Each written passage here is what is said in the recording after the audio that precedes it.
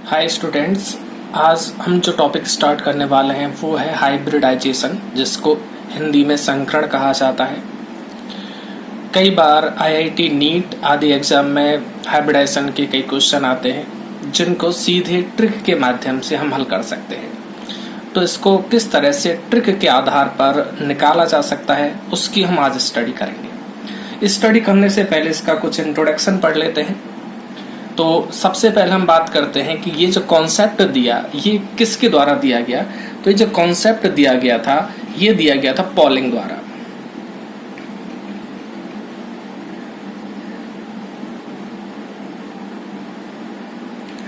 और पॉलिंग द्वारा हाइब्रिडाइजेशन के बेस पर किसी भी मॉलिक्यूल की शेप की स्टडी की गई।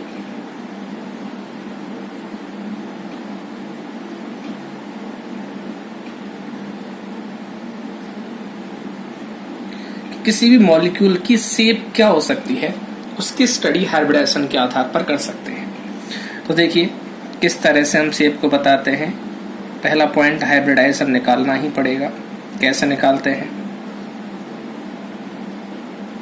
हाइब्रिडाइजेशन निकालने के लिए मॉलिक्यूल्स के अंदर हमें एक सेंट्रल एटम निर्धारित करना होता है। सेंट्रल एटम निर्धारित कैसे करते हैं उसके लिए अपन दो चीज यहां पर देख सकते हैं। फर्स्ट, एटम की वैलेंसी और दूसरा उसकी संख्या। जिसकी वैलेंसी ज्यादा हो और संख्या कम हो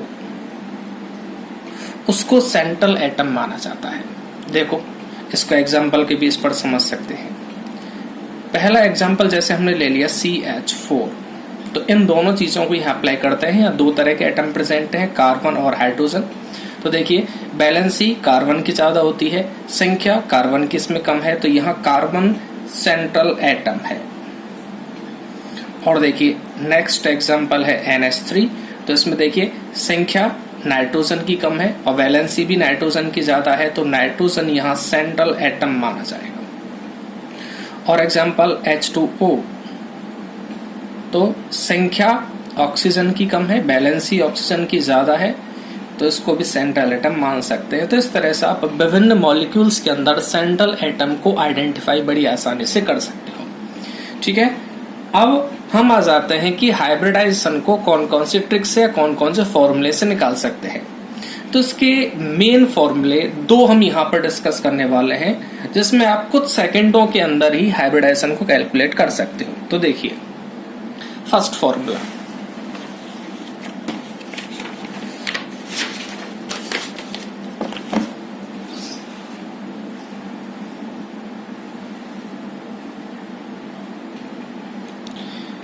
देखिए फर्स्ट फॉर्मूला जो हमारा है X = 1/2 VE + MA - C + A। अब इनका मीन्स समझिए। BE होता है number of balance electron of the central atom, कि सेंट्रल एटम के बैलेंस इलेक्ट्रॉनों की संख्या कितनी है वो हमें ज्ञात होनी चाहिए। ठीक है।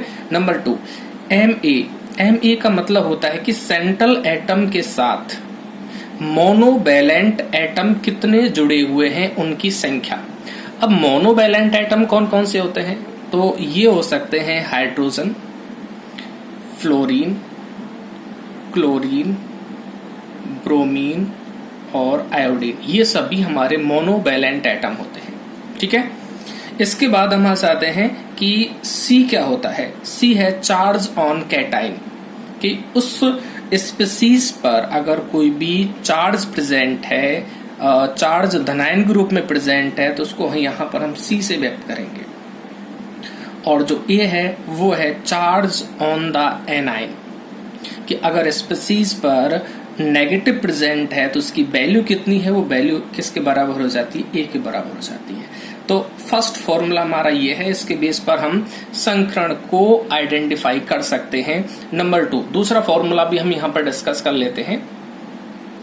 दूसरा फॉर्मूला है X = number of sigma bond. कि किसी भी सेंट्रल एटम पर सिग्मा बॉन्ड की संख्या कितनी है वो हमें यहाँ पर बतानी है, plus number of lone pair electrons कि उस सेंट्रल एटम पर लॉन पेयर इलेक्ट्रॉन कितने हैं। तो इनका योग जितना निकल के आएगा उसके बेस पर हम संकरण को निर्धारित कर सकते हैं। तो देखिए x की वैल्यू दोनों फॉर्मूले से जो निकल के आएगी वो 2, 3, 4, 5, 6, 7 हो सकती है। इसके बेस पर देखो हाइब्रिडाइजेशन क्या होगा, अगर x की वैल्यू 2 निकल के आ रही है तो उस मॉलिक्यूल्स में हाइब्रिडाइजेशन sp माना जाएगा। अगर किसी मॉलिक्यूल्स में x इज इक्वल टू 3 निकल के आ रहा है तो उस मॉलिक्यूल्स में sp2 संकरण माना जाएगा। 4 निकल के आ रहा है तो sp3, 5 निकल के आ रहा है तो sp3d, 6 निकल के आ रहा है तो sp3d2, 7 निकल के आ रहा है तो sp3d3 संकरण फिक्स किया जाएगा। जैसे देखो तो चलिए बहुत सारे हम एग्जाम्पल यहाँ पर डिस्कस करते हैं जिनमें हमें संकरण निकालना है। हमारे पास दोनों फॉर्मूले यहाँ पर लिखे हुए हैं, इन्हीं के बेस पर हम निकालते हुए चलेंगे। एग्जाम्पल नंबर हम ले रहे हैं फर्स्ट, हमने ले लिया NH3। तो पहला फॉर्मूला अप्लाई करते हैं 1/2। अब देखिए इसमें सेंट्रल एटम कौन हो गया, नाइट्रोजन। अब नाइट्रोजन के पास बैलेंस इलेक्ट्रॉन कितने होते हैं, 5।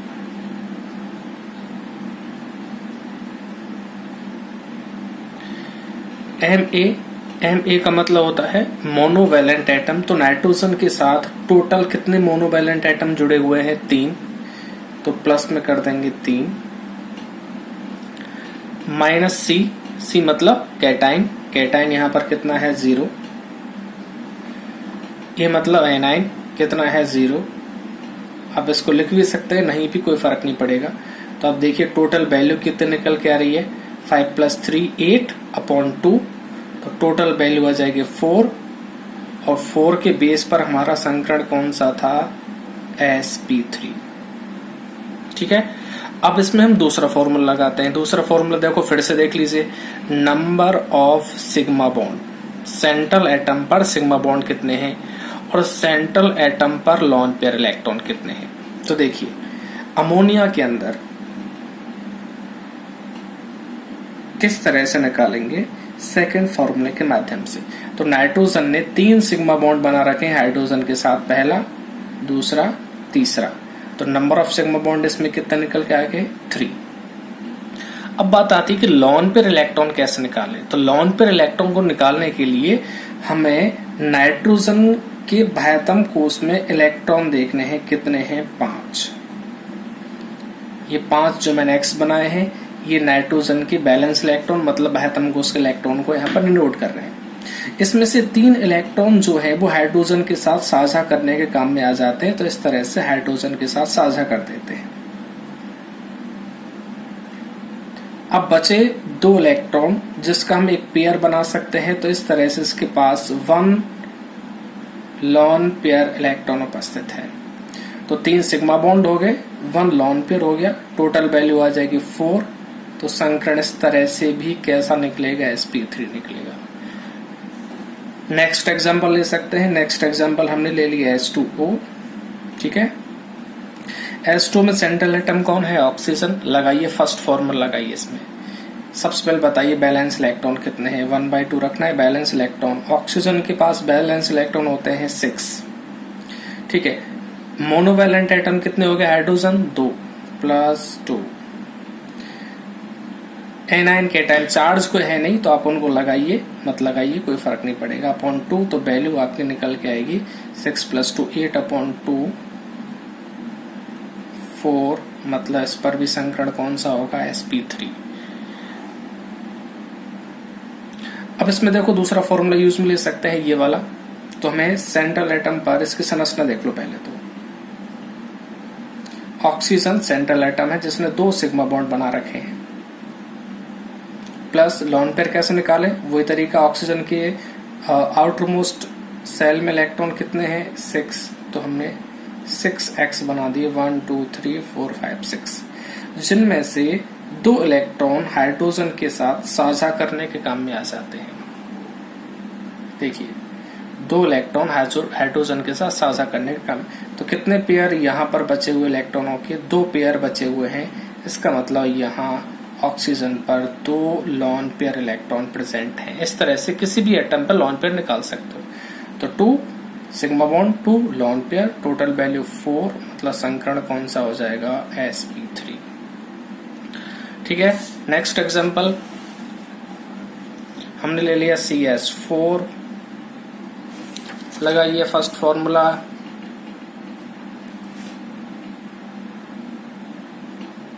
कार्बन के बैलेंस इलेक्ट्रॉन कितने होते हैं? 4। यूनिवैलेंट एटम कितने हो गए? 4। चार्ज है नहीं, कुछ मत लिखिए, तो वैल्यू कितनी आ जाएगी बताइए? 4 + 4/2 4 आ जाएगा sp3। दूसरा फॉर्मूला भी इसके लिए यूज कर सकते हैं। अगला PCl5। फर्स्ट फॉर्मूले से इसको अपन निकालने वाले हैं, ये वाला। तो बताइए 1/2 फास्फोरस के पास बाह्यतम कोश में इलेक्ट्रॉन 5। मोनोवैलेंट एटम कितने हो गए? 5। ठीक है, चार्ज है नहीं तो आगे कुछ मत लगाइए। 5 + 5/2 = आ जाएगा 5 और आ जाएगा sp3d। इस तरह से आप बहुत सारे एग्जाम्पल लेके इनको कैलकुलेट कर सकते हैं। ठीक है, अगर कोई भी चार्ज वाला एग्जाम्पल है, चार्ज वाले स्पीसीज है, जैसे हमने ले लिया यहाँ पर NH4+, इस पर भी आप संकरण निकाल सकते हैं। सेंट्रल एटम नाइट्रोजन, तो आप फर्स्ट फॉर्मूला अप्लाई करेंगे। बैलेंस इलेक्ट्रॉन कितने होते हैं इसके पास? 5। मोनोवैलेंट एटम कितने इसके पास? 4। अब तुम्हें ध्यान रखना है यहाँ पर प्लस है तो कैटाइन एनायन की वैल्यू कितनी है? 0। तो बताइए 5, ये 3 रह जाएगा, तो 8/2 कितना आ जाएगा? 4। तो संकरण आ जाएगा आपका sp3। नेक्स्ट एग्जांपल है CH3-। इसमें देखिए संकरण कैसा निकालेंगे। 1/2 central atom carbon, outermost shell में इलेक्ट्रॉन कितने हैं? 4। यूनिवैलेंट एटम या मोनोवैलेंट एटम इसमें प्रेजेंट है 3। मोनोवैलेंट एटम मतलब एक संयोजी परमाणु, और प्लस में आपका जाएगा मोनोवैलेंट एटम 3। इसमें कैटायन 0 है, एनायन 1। ठीक है, तो आपको वैल्यू यहाँ पर बतानी है 4 + 3 7 + 8/2, तो टोटल वैल्यू आ जाएगी 4। इस तरह से आप कोई भी न्यूट्रल मॉलिक्यूल है या कोई भी चार्ज वाले स्पीसीज है, सब में बड़ी आसानी से संकरण को कैलकुलेट कर सकते हैं। ठीक है।